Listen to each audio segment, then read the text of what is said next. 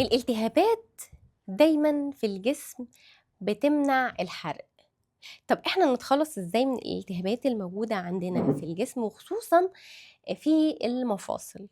لما السمنة بتزيد بيحصل ايه؟ بيحصل التهابات. طيب احنا في حاجة بنعملها بتزود معانا الالتهاب وتخص التغذية؟ اه، هقول لكم النهاردة الاكل الالتهابي. يلا بينا في الفيديو عشان اعرفكم. الاكل الالتهابي يعني ايه؟ هو في اكل بيعمل التهابات. في اكل بيعمل التهابات. المقليات، انتوا بتاكلوا بطاطس مقليه، دي بتعمل التهابات في الجسم. بتاكلوا فراخ مقليه اللي بتعملوها بروست والحاجات دي بتبقى بتعمل التهابات. بتاكلوا اللحمه وتعملوها مقليه في البقسماط، دي بتعمل التهابات. بتاكلوا الكبده وبتعملوها مقليه، دي بتعمل التهابات. بتاكلوا القرنبيط وبتقلوه، برضو بيعمل التهابات. كل حاجة بتقلوها بتعمل التهابات. ممنوع ممنوع ممنوع العيش يا جماعة. العيش كتره بيعمل التهابات. كل الحاجات المصنعة بتعمل التهابات. الدقيق الأبيض والجلوتين بيسد المعدة، بيكتمها. بلاش عيش، بدلوه بالخضار، بدلوه بالخس، بدلوه بفلفل الألوان. مليون بديل للعيش. خلاص بقى ومش قادر وزنقت معايا عايزه اكل عيش، كل توست عيش اسمر خفيف. يعني اكتر من كده العيش الكتير يا جماعه بيعمل التهابات. والالتهابات بتعمل في الجسم التهابات في المفاصل، وتلاقي نفسك مش قادر تتحرك مع السمنه. السكريات الكتير الزيادة عن اللزوم بتعمل معاكم مقاومة انسولين. يا ريت بلاش السكر الابيض، بلاش المحليات اللي موجودة في العصاير، الكاتشب، الصوصات. كل الحاجات ديت غلط وبتعمل التهابات في الجسم، وبتزود الكورتيزول وبتخلي الحرق وحش جدا في الجسم، بتمنع الحرق. حته الكيكايه اللي انت بتاخدها في فرح دي وتقول حته الكيكايه، يعني بتمنع الحرق 3 ايام، بتوقف كل مجهودنا اللي احنا بنتعب فيه 3 ايام، بتيجي انت توقفه في نفس اللحظه. عشان اقدر اتحكم في عمليات الجوع والشبع عندي لازم اكل في 12 ساعه واصوم 12 ساعه، وده مينيمم بالنسبه لك، يعني اقل وقت ممكن تاكل فيه. يعني انت ممكن كمان تقلل الوقت عن كده، ساعة وساعتين. لسه هقولك نعمل صيام متقطع. يعني ايه؟ يعني هنام 8 ساعات، هصحى بعديهم ساعتين مفيش اكل، قبل ما انام بساعتين مفيش اكل، بقوا كام؟ بقوا 12 ساعة. مفيش حد فينا بيصحى من النوم عايز ياكل. كمان لازم قبل ما تنام بساعتين تحضر نفسك للنوم، بان انت تنام ومعدتك فاضية عشان تقدر تحرق كويس وانت نايم، مش تبقى نايم وتهضم. لا، انت تبقى هضمت قبل ما تنام وتنام معدتك فاضيه، فتبدا تحرق في الدهون اللي انت المفروض شغاله عليها وعامل نظامك الغذائي طول اليوم عليها. فضي معدتك قبل ما تنام بساعتين عشان تهضم بالليل اثناء النوم.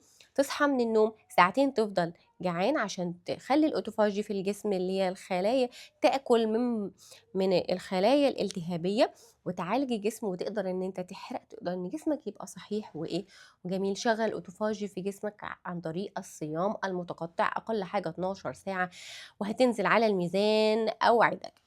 ولما بعد كده الميزان يقف زود ل 13 ساعه. لما بعد كده الميزان يقف تاني بعد فترة زود ليه ايه ل 14 ساعة، وده أقصى حاجة بالنسبة للسيدات. الرجال ممكن يوصلوا لحد 16 ساعة. الرجال الصيام لحد 16 ساعة بيزود معاهم الجروث هرمون.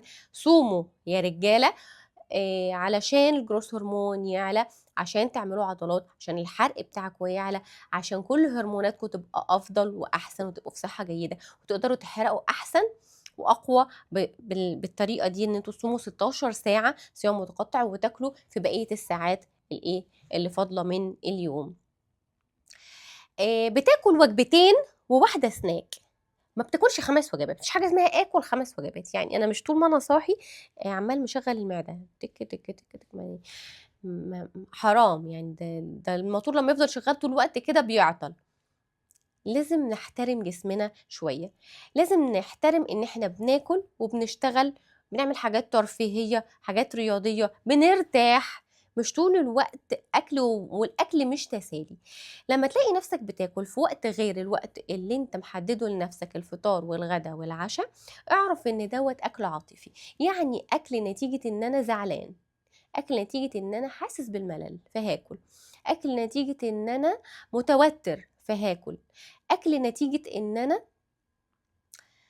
آه يعني جه في بالي كده في إعلان قدامي حتة كيكاية حلوة ولا قطعة سينابون فيلا جربها. ما أنا مش هجربها، ما فيش حاجة اسمها يلا جربها، في حاجة اسمها أنا ماشي على أكل في ميعاد محدد، أكله في ميعاده، علشان جسمي متنظم على هذا الأساس، علشان أنزل على الميزان، علشان أنا لما زدت على الميزان حصل لي سكر، حصل لي كوليسترول، الضغط زاد، المفاصل تعبت، كل دوت حصل من السمنة، شكلي بقى قدام المراية أنا مش راضي عنه، مش لاقي مقاساتي في المحلات. يا جماعة كل الكلام ده ما هو له تمن، يعني تمنه أنظم بس فقط مش أكتر.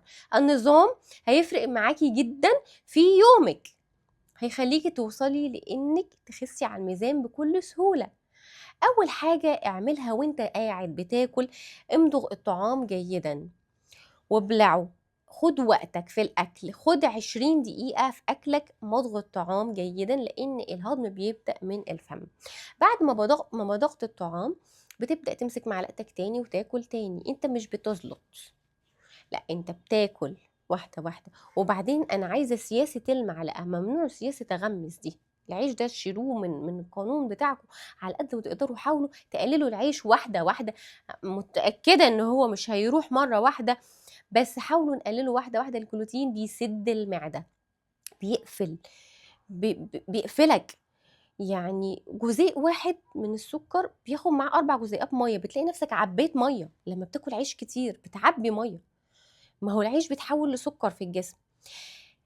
جسمك مش محتاج كل الكارب اللي انت بتاكله في العيش ده، كمان انت بتاكل 5 معالق رز وخلاص. يعني انا كمان بفضل الرز عن المكرونه، بفضل البطاطس والبطاطا عن المكرونه، مصنعه المكرونه، لا انا هاكل الحاجات اللي ربنا خلقها اللي طالعه من الارض، الرز، انا هاكل البطاطا، بطاطا جميله حلوه جدا، اشويها واكلها، حاجه رائعه، واحط عليها عسل، يعني حاجه اكله تحفه.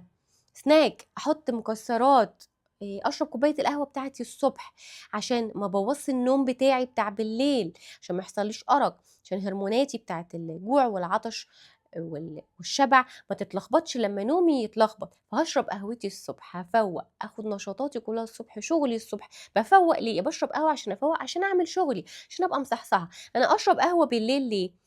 عشان اصحصح بالليل، عشان يحصل لي ارق، عشان هرمون الكورتيزول يعلى ويحصل لي قلق وارق وزعل واكتئاب. لاحظوا ان كل الناس اللي بتسهر طول الليل دي هي الناس اللي بيجي لها اكتئاب وزعل وارق، وتفضل رايحه جايه على التلاجة تاكل جانك فود وتاكل حلويات وتزيد في الوزن، نفسيتها مش متظبطه نهائيا. ظبطوا يومكم، ظبطوا نومكم، ظبطوا اكلكم، ظبطوا شربكم، ظبطوا الرياضه بتاعتكم، هتلاقوا صحتكم في حته تانية خالص. النهارده كنت معاكم دكتور شيرين ابراهيم نصر، واتكلمت عن الاكل الالتهابي، واتمنى اكون فدتكم، ودايما هفيدكم. اللي عايزني اكتب له سعراته يكتب لي في الكومنت عجبكم الفيديو ولا ما عجبكوش، قولوا لي تعليقكم بكل صراحة ووضوح. أي موضوع تاني عايزيني أكلمكم فيه قولوا لي عليه، وأنا معاكم خطوة بخطوة، ومش هسيبكم إلا لما تخسوا.